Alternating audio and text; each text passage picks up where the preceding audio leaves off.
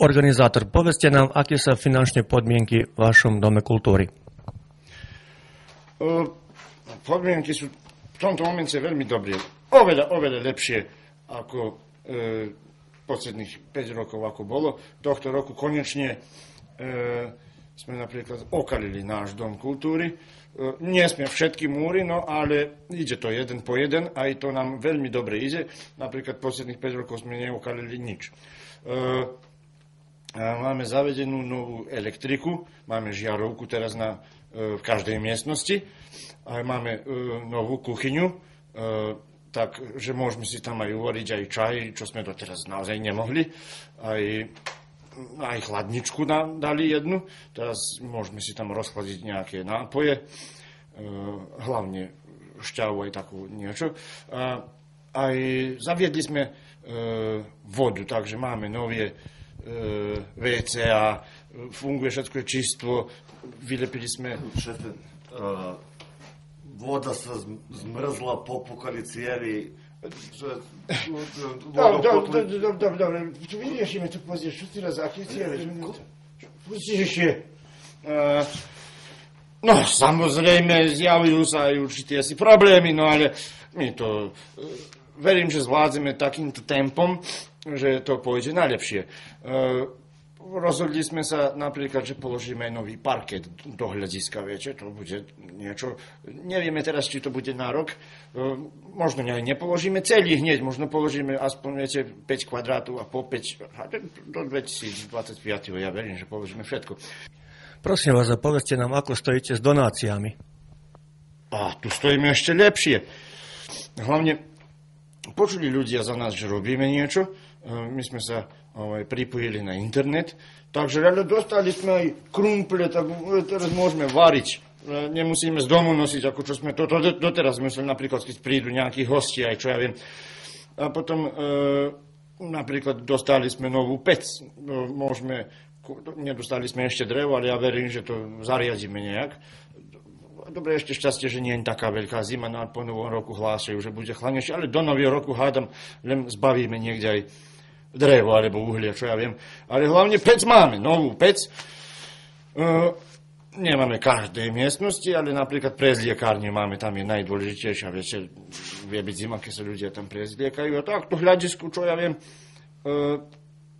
ešte stále hľadíme, že by sme mali vystúpenia, keď je teplejší čas.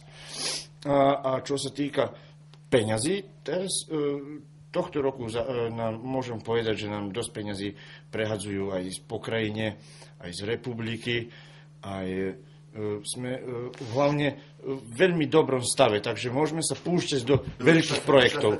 Hlásili nám iznesli z banky, minuse sme voľakých 150 000, 180. Dobre, nie teraz.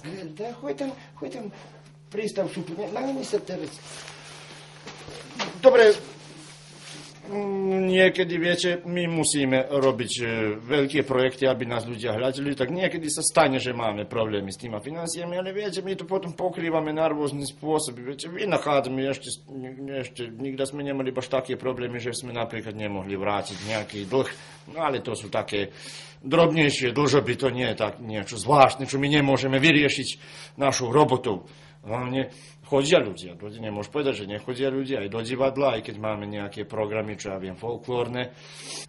Prosím vás, pár organizátor, povedzte nám ešte, či riadne vyplácate vašich zamestnancov v Kultúrno-umeleckom spolku.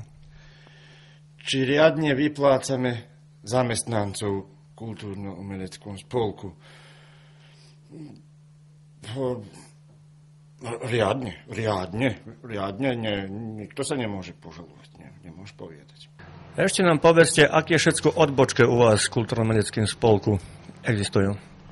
No, u nás teraz máme divadelnú odbočku, máme folklórnu odbočku, máme mladých výtvarníkov, máme recitátorskú odbočku, aj ja myslím, že nejakú literárnu odbočku, to teraz začalo fungovať, ale môžem vám povedať, že je veľký počet literátov.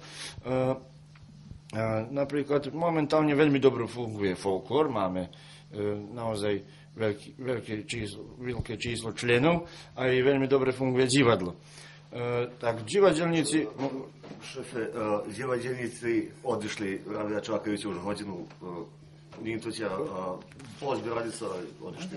Keď zakončíme toto, potom budeme Keď zakončíme tento rok, potom budeme No, u nás to tak funguje dosť ťažko, viete, doteraz sme my mali veľké problémy, aj teraz v zime to osobitne ide dosť ťažko, tak viete, ľudia sú to vlastne, seliaci robia v poli, aj sú zamestnaní, tak nemajú veľa času na divadlo alebo na folklór.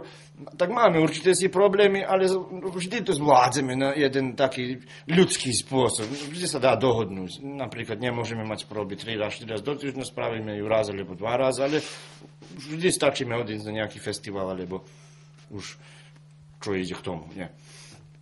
Aké sa vám nové programy do budúca? No, robíme teraz na novom projekte, na rok, že už máme menej tých problémov finančných, tak sa môžeme pustiť do nejakých väčších projektov. Napríklad jeden náš režisér nám dal ideu, že by sme mohli spraviť balet.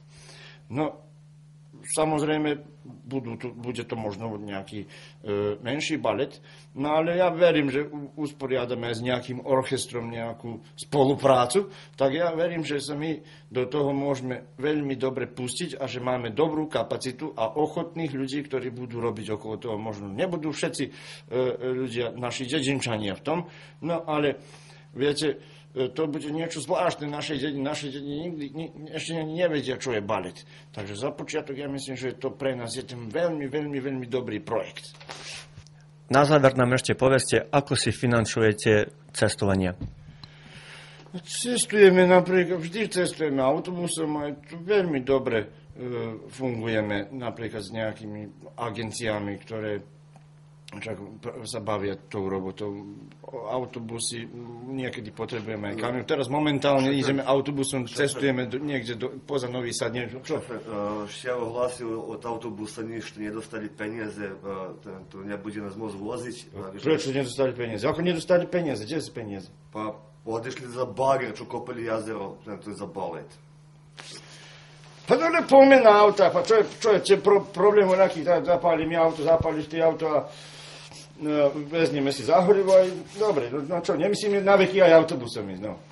Viete, to napríklad, keď je také menšie divadlo, potom, viete, potom nemyslíme ísť autobusom. Dá sa to odísť na 2-3 autách, potom riešený problém. No dobre, nemôžeme možno kompletnú scenografiu veznúť, no. Ale napríklad, keď ideme do takého menšieho mesta, tak kompletnú scenografiu ani nepotrebujeme nosiť, alebo keď je na dlhšiu cestu. To sú veľké problémy, tú scenografiu rozklopiť a sklopiť, tak my sa vynacháme, trošku improvizujeme. No ale nemôžeme sa požalovať, že nás ľudia nechodia hľadiť. Chodia, oni sa to páči. Nehľadia oni scenografiu, nehľadia nás. Ešte nám povedzte, ako vidíte vašu budúcu prácu v novom roku. No, v novom roku do budúcna ja to vidím takto, ako my budeme pracovať, tak ja verím, že to bude podobne ako tento minulý rok, len trochu rýchlejšie. Ďakujeme.